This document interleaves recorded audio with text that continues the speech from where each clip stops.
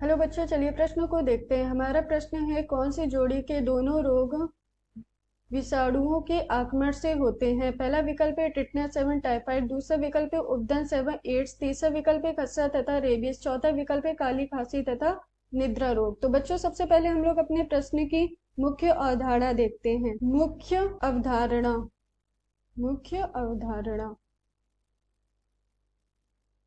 मुख्य अवधारणा के अंदर हम लोग विषाणु के बारे में जानेंगे। विषाणु जो होते हैं वो अति सूक्ष्म जीव होते हैं जो कि नाभिकीय अम्ल तथा प्रोटीन के बने होते हैं। इन्हें सजीव तथा निर्जीव के बीच की कड़ी माना जाता है। सजीव तथा निर्जीव के बीच की कड़ी माना जाता है।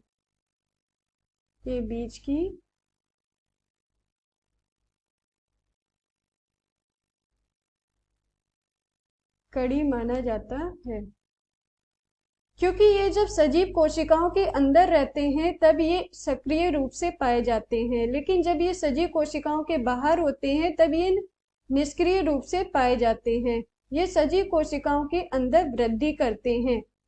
अब जैसे कि हमारे विकल्प में पहला विकल्प दिया गया है टिटनेस एवं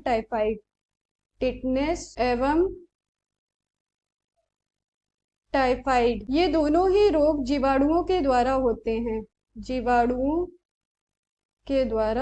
हैं। दूसरा विकल्प हमारा है उपदंस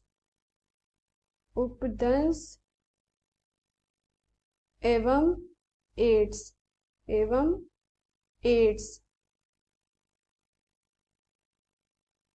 उपदंस जो है वो जीवाणु के द्वारा होता है।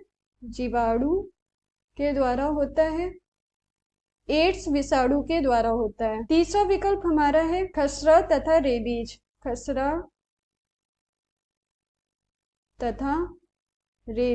ये दोनों ही रोग विषाणुओं के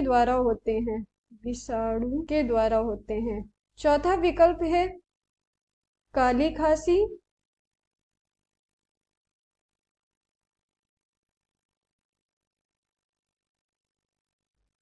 तथा निद्रा रोग।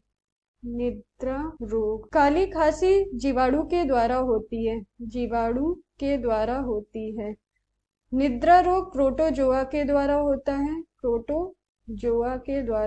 है। तो बच्चों, जैसा कि हमारा पहला विकल्प दिया गया टिटनेस एवं टाइफाइड, ये दोनों ही रोग जीवाणु के द्वारा होते हैं, इसलिए ये विकल्प हमारा गलत है।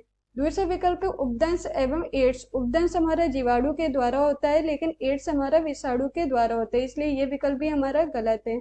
तीसरा विकल्प है खसरा तथा रेबीज, ये विकल्प हमारा सही है क्योंकि ये दोनों ही रोग विषाणु के द्वारा होते हैं। चौथा विकल्प है काली खांसी तथा निद्रा रोग।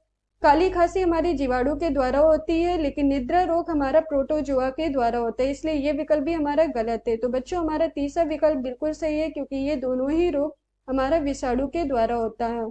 आशा करते हैं आपको समझ में आया होगा। धन्यवाद।